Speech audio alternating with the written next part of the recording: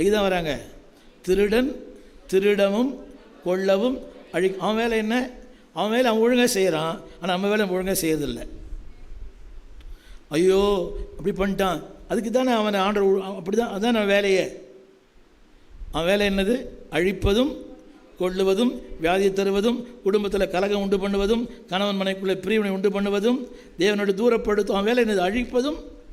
அவன் வேலை ஒழுங்காக செய்கிறானா இல்லையா? அவன் வேலை ஒழுங்காக செய்கிறானா இல்லைங்களா? உங்களை குழப்புவது, உங்களை கலங்க பண்ணுறது, உங்களை ஒன்றில் ஆக்கிறது. புரியுதா? வந்துங்க பாஸ்டர் உனக்கு தான் பிரசங்கம் பண்ணாருன்னு போட்டு கொடுக்குறது. கொள்ளவும் அழிக்கவும் அவன் வேலையே. அதுக்குத்தான் அவன் இருக்கிறான். அவன் பேரை என்னது? திருடன். அவன் வேலையை ஒழுங்காக பண்ண மாட்டானா? ஹலோ, ஐயோ பண்ணிட்டான். அவன் சொல்கிறான், என் வேலை ஒழுங்காக பண்ணுற மகளே, நீ உன் வேலையை பண்ணியிருந்தா நான் ஏன் வேலையை நான் அப்படி இருக்கிறேன்? உன் வேலையை ஒழுங்காக பண்ணியிருந்தீன்னா என் வேலையை நான் நிறுத்தியிருப்பேன். நீ ஒழுங்காக பண்ணலை, அதனால தான் அப்படி. ஆமீன் சொல்ல மாட்டீங்களா?